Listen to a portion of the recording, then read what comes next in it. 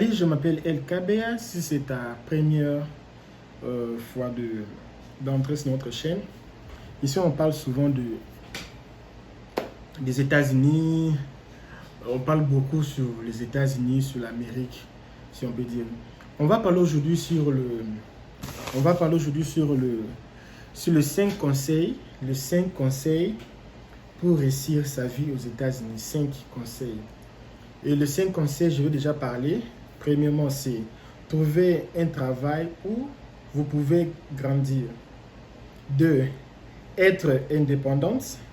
3. Ne dépensez pas plus de 10% de votre salaire pour les affaires personnelles. 4. Ne dépensez pas plus de 10% de votre salaire pour les maquillages. 5. Garde ton 4e salaire du mois.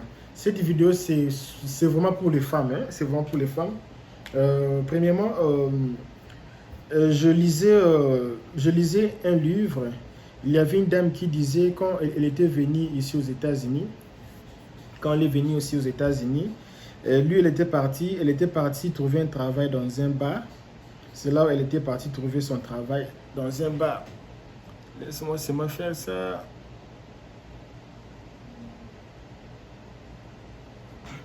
Elle était partie trouver le travail dans un bar. Et puis, juste un seconde, on va un peu parler ici. Juste le temps de tout laisser fonctionner. Ouais. Et donc, je disais, elle était partie trouver un travail dans un bar. Son amie, elle était partie trouver le travail dans une construction. Tu vois les femmes qui sont fortes, vraiment, qui font le travail de construction.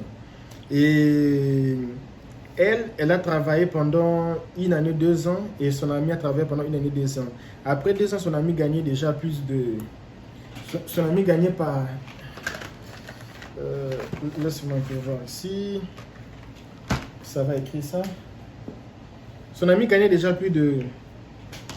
un chèque de $2000 par semaine.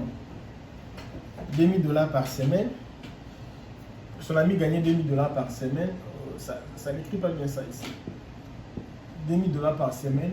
Et elle gagnait entre $700 à $900 par semaine. $900 par semaine. Qu'est-ce que je veux dire par là? Trouver un travail là où tu peux prospérer. Comme Amazon. Amazon, le chef ou le directeur d'Amazon gagne combien? Si tu travailles dans un bar, si tu travailles dans un travail où tu sais, il faut d'abord voir combien ton chef gagne. Combien de temps qu'il faudra avoir ou faire pour avoir le salaire de ton chef. Elle, son chef, le travail de bar, le chef ou le gérant gagne entre 1000 à $1500. Non, gagne entre 1000 à $2000 par semaine. Et pour arriver là, ce n'est pas aussi facile. Alors, il n'y avait pas vraiment une carrière. Si je peux dire, il faut trouver un travail où tu sais qu'il y aura du carrière, il y aura beaucoup d'opportunités dans le travail que tu fais. Il y a aussi le travail d'autres personnes font. Tu sais que dans ce travail-là, tu manges seulement dedans. Parce que tu travailles par jour, tu gagnes peut-être $14 par heure. Mais tu dois acheter la nourriture. Tu dois aller au restaurant. Tu vas voir que tu vas dépenser par jour plus ou moins $10 pour le manger. Et à quoi à la maison tu vas encore manger. Mais si tu travailles quelque part où il y a les restaurants, tu vas voir que tu vas seulement manger là-bas, finir seulement rentrer à la maison pour boire l'été et puis dormir. Et tu vas économiser et tu vois qu'il y aura une carrière pour toi. Parce qu'il y a beaucoup d'opportunités. Surtout un travail, tu sais que mon chef gagne combien. Après ça, est-ce que je peux monter les niveaux? Et si ton travail, c'est dans les restaurants, il y a un restaurant et restaurant. Les petits restaurants des Africains, il n'y a pas vraiment... Tu perds ton temps parce que le temps de travail là-bas, tu peux travailler quelque part, comme la femme qui travaille dans la construction. Maintenant, elle a beaucoup de l'expérience. La construction, c'est varié. Elle gagne beaucoup d'argent parce qu'elle a choisi le travail qui a beaucoup des opportunités. Donc, chercher un travail où tu vois qu'il y a beaucoup d'opportunités pour faire ta carrière. Et deuxièmement, je veux parler sur être indépendante.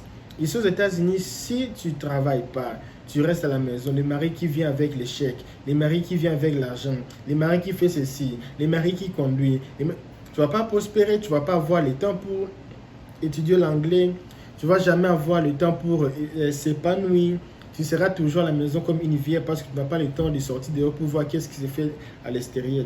Il faut sortir, il faut travailler pour ne pas être indépendant. Je ne dis pas que la femme doit faire tout.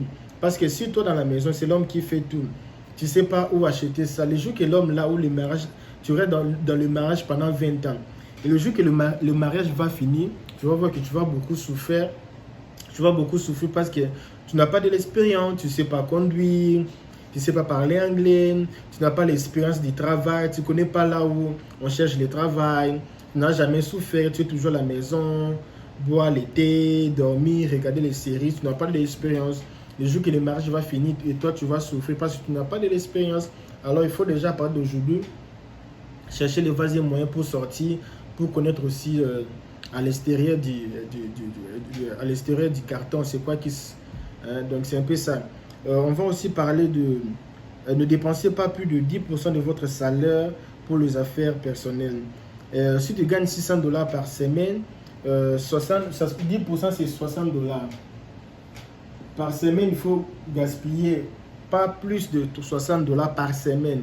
Ne dépense pas plus de $60 par semaine. Il faut dépenser moins de $60 par semaine pour les choses personnelles comme acheter un habit, acheter des choses personnelles comme acheter les chaussures, tout ça. Parce que beaucoup de femmes, quand ils viennent ici, ils veulent toujours j'ai $600, c'est beau, je veux partir au shop acheter tout ce que je veux. Non, il faut acheter par semaine, dépenser seulement moins de $60.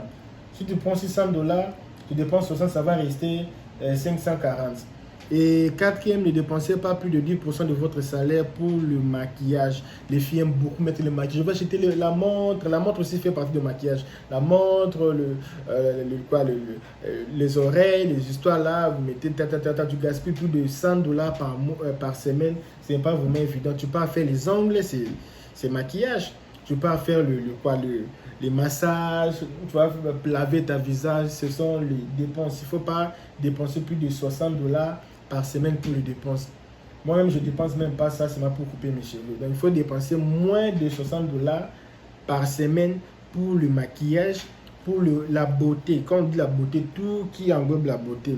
Et il ne faut pas dépenser plus de $60 par semaine pour les habits. Donc, par semaine, il faut dépenser moins $60 pour les habits. Par semaine. Et cinquième position ou cinquième conseil, garde ton quatrième salaire du mois. Or, beaucoup de gens qui n'ont pas encore eu les documents, quand tu travailles, si tu tombes malade, ça sera fini pour toi. Tu ne vas pas partir à l'hôpital, c'est bizarre. Comment tu vas faire si le travail finit? Parce que souvent le travail finit vers janvier, vers décembre, janvier, février. Il n'y a pas vraiment de travail pour les immigrants. Alors il faut garder ton argent. Parce que si on gagne par semaine, si par semaine, première, deuxième, troisième, quatrième, première semaine tu gagnes 600.